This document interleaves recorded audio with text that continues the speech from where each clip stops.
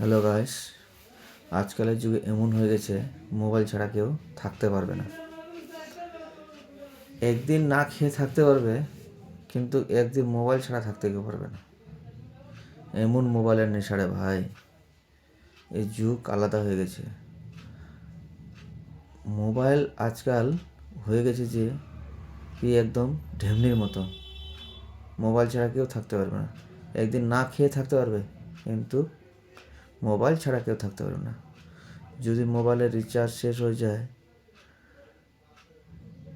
কি যেন হয়ে যায় একদম, কি মোবাইল রিচার্জ করতে হবে।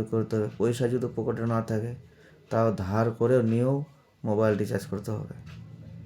এই অবস্থার যুগে এখন হয়ে গেছে। একদিন না খেয়ে থাকতে পারবে, কিন্তু মোবাইল ছাড়া কেউ থাকতে পারবে না। তো যুগ এখন আলাদা যুগ হয়ে গেছিল। আগে ছিল কলি যুগ, তারপর এখন চলছে ছলে যুগ। মোবাইল হয়েই এখন ছল বল বেশি হয়ে গেছে।